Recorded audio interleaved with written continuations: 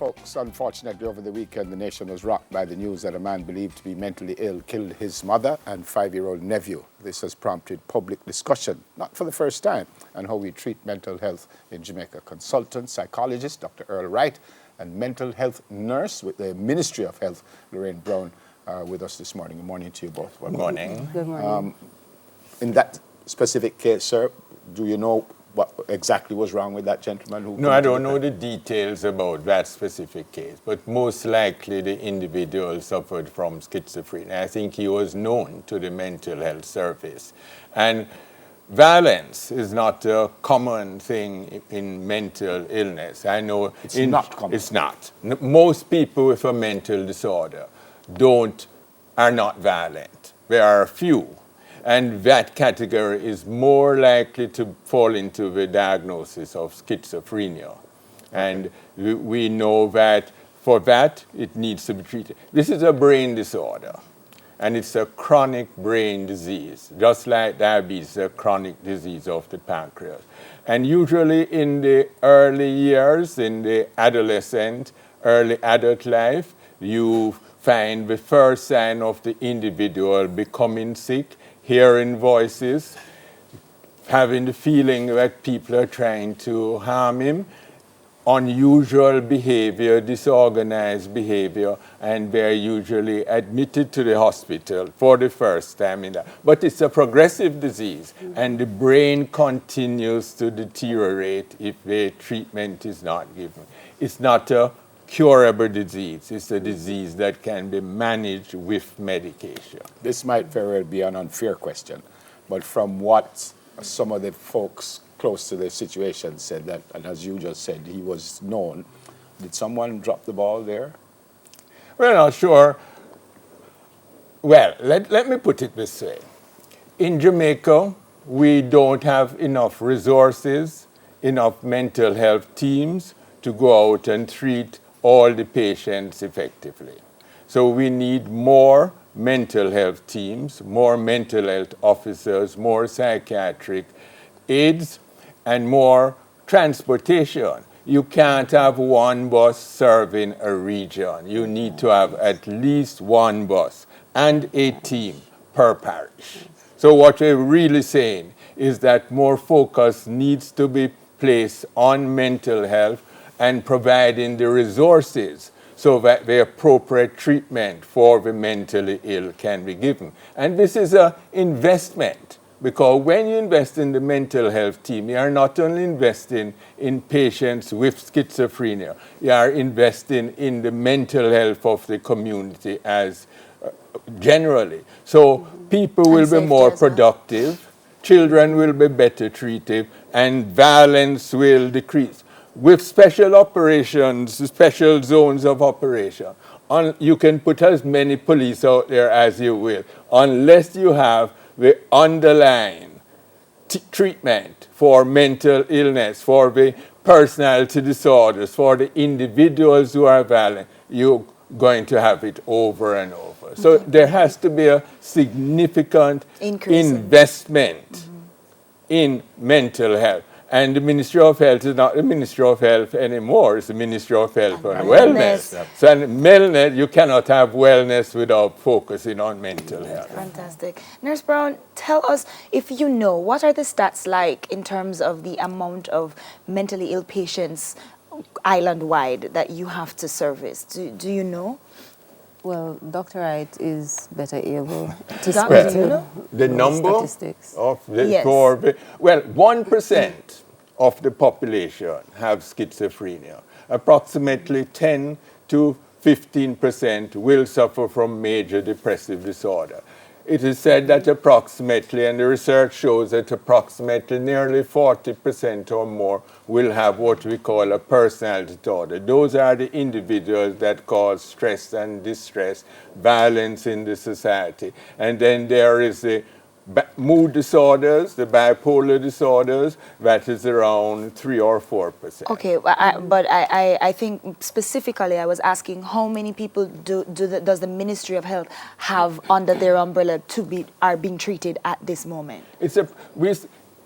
Admissions to hospitals, and we admit patients throughout the island.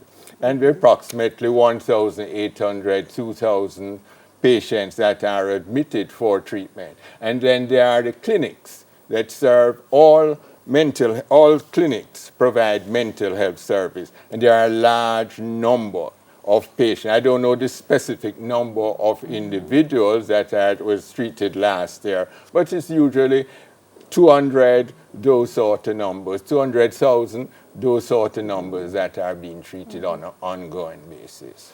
Nurse, what would you suggest to a person who has a family member who is showing signs of schizophrenia or some other kind of mental illness? Okay, as Dr. Wright has said before, this service is very accessible. It's across the island. It's in all the major health centers across the island. You can get the service at all the hospitals. You call the police. If you do not know our number, if you do not know about the service, you can call 119. They know how to get in touch with us. If they cannot get in touch with us, they can call the Bellevue Hospital as well, and the operator there always know how to get in touch with us. So you don't sit and wait until the client is becoming aggressive, because we always encourage persons who have relatives who have mental illness, ensure that he takes his medication. This is something that we cannot cure, we can treat it. And once these clients are treated, majority of the times they are highly functional. So we're saying in this specific scenario that we know about, this gentleman was probably or most possibly off his course of medication, which led to this kind of behavior. When I spoke with the nurse, she said that he was admitted late April of this year. He's known to be very non-compliant and also aggressive. They had visited him in that very week, and they were unable to treat him because he had his machete and he threatened to chop them up.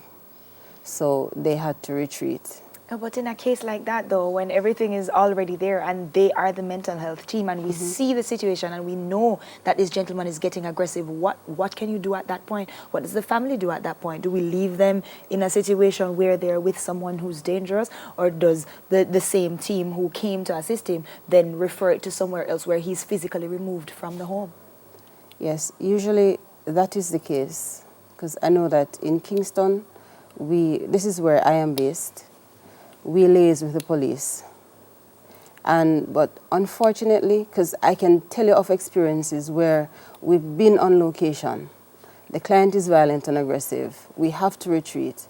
We call the police is unable to come because they are elsewhere doing another. They're responding to a family situation, a shooting. What they might consider more important things. What they may consider more important. Yes. So I've been on location where we're there for hours waiting on the police to come. And when we're there waiting, it means we're unable to respond to another case, because these are some of the challenges that are inherent in the service. Yeah. Another unfair question to you, sir. I don't know why I'm throwing them at you. And I think you've said it already, which would suggest that he should not have been on the street, should he? Well, I don't know the situation, but when a patient is dangerous to himself or others, that's the reason for hospitalization. And the mental health team and the police work together in getting the patient to the hospital. More non-lethal methods should be used in taking care of those patients. So that is something that we need to work on more, using non-lethal method of getting the patient from the site to the hospital where the patient can be appropriately treated. And all patients are appropriately treated in the general hospital, but it's getting them to the hospital for treatment that seems to be. I heard you in another interview, and you suggested that maybe he wasn't taking his meds. But isn't one of the problems that when they do take the meds, they seem like very normal people? And is that one of the problems? Well, it's, as you said, it's not a disease that's curable. It's a brain disease that continues. So if you stop taking your medication, then you are going to get sick again. So it's important that the patient and the family members ensure that the medication is taken. The mental health team, if the patient don't come for the medication, don't come for the injection, then they go out and make sure that the patient gets the medication. But if there is a gap, weeks or months, and the patient is not taking the medication, then the patient is going to relapse, going to start hearing voices again, start to having the feeling that people are trying to harm them. And as in this case, the community said that this individual was quite productive, nice person when he's on his medication. So it's very important. And we have long-acting medications that we give on a monthly basis. And the medications previously there were major side effects. There are newer medications that the side effects are much less now or non-existent. You've already said it can't be cured, but I don't know if this makes sense, but do you get a little better? Yes, you improve.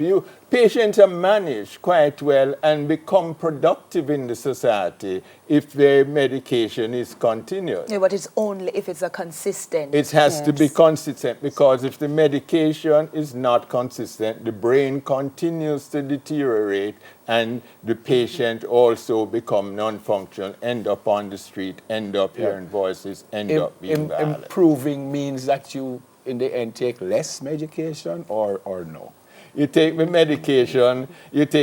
medication that keeps you without symptoms. Sometimes you reduce the medication, both without hearing voices, seeing things, and with the least side effects, because some of these medications do have side effects, and it's important that you get the minimum or no side effects, so the patient will continue to take the medication. But if you don't take the medication, if the family, the mental health team don't find a way to ensure that the patient is always on medication, then there is going to be a problem. Nurse Brown, finally from me, enough mental health nurses around or no?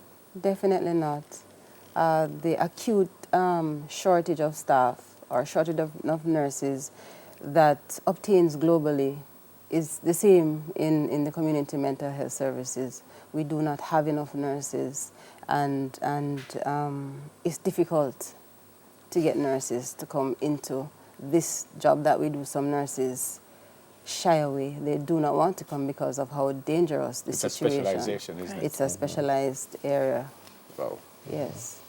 And when they're trained, they migrate they because migrate. there is a big demand for Yes, mental health nurses abroad. Thank you, sir. Thank you, ma'am. Good to see you both. Consultant psychologist, Dr. Earl Wright, and mental health nurse with the Ministry of Health, Lorraine Brown. We're going to switch lanes to a hot topic overseas when we come back, the revisited abortion laws, after the break. Soon come.